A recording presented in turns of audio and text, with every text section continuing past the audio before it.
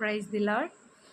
కొన్నిసార్లు మనం అనుకుంటా ఉంటాం కదండి, మనం ఏదైనా దేవుడికి వ్యతిరేకంగా ఒక పొరపాటు చేశామని మనకి తెలిసినా కూడా మనం పశ్చాత్తాపపడి ఓకే అయిపోయిందని చెప్పి మన దేవుడు ఏమి చేయడని చెప్పి బైబిల్కి వ్యతిరేకంగా మనం ఏదైనా చేసినప్పుడు అయినా సరే మనకి ఏమీ అవ్వట్లేదు, పర్వాలేదులే మా దేవుడు జాలిగలవాడు, క్షమించేస్తాడు అని అందులోనే ఉండి ముందుకెళ్ళిపోతూ ఉంటాం.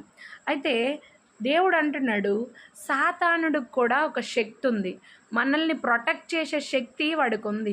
అయితే ఆడు మనల్ని ఎప్పుడు ప్రొటెక్ట్ చేస్తాడు అంటే, మనం పాపంలో పడిపోయినప్పుడు, ఆ పాపానికి మనం బానిస అయిపోయినప్పుడు, దేవుడు వాక్యానికి విరోధంగా మనం ప్రవర్తిస్తున్నప్పుడు వాడు మనల్ని ప్రొటెక్ట్ చేస్తూ ఉంటాడు.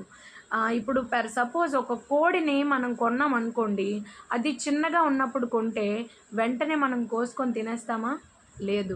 దానికి గింజలేసి చక్కగా దాన్ని చూసుకొని, దానికి చక్కగా బాడీ బాగా ఫామ్ అయిన తర్వాత, పక్వానికి వచ్చిన తర్వాత దాన్ని కోసుకొని తింటాం. అప్పుడే అది టేస్ట్గా ఉంటుంది, అందరికీ సరిపోతుంది కదా. అలాగే దుష్టుడు కూడా ఏదో నువ్వు చిన్న చిన్నగా తప్పులు చేస్తున్నప్పుడు వాడు నీకు ఏం అవ్వకుండా ప్రొటెక్ట్ చేస్తాడు. పూర్తిగా దేవుడినే మర్చిపోయి పాపానికి బానిస అయిపోయినంత వరకు వాడు నిన్ను ప్రొటెక్ట్ చేస్తాడు.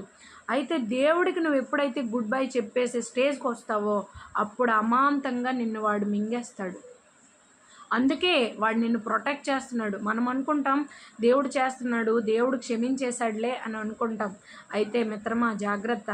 మనం తప్పు చేస్తున్నప్పుడు అనేక సార్లు దైవ సేవకుల ద్వారా దేవుడు మనల్ని గద్దిస్తాడు.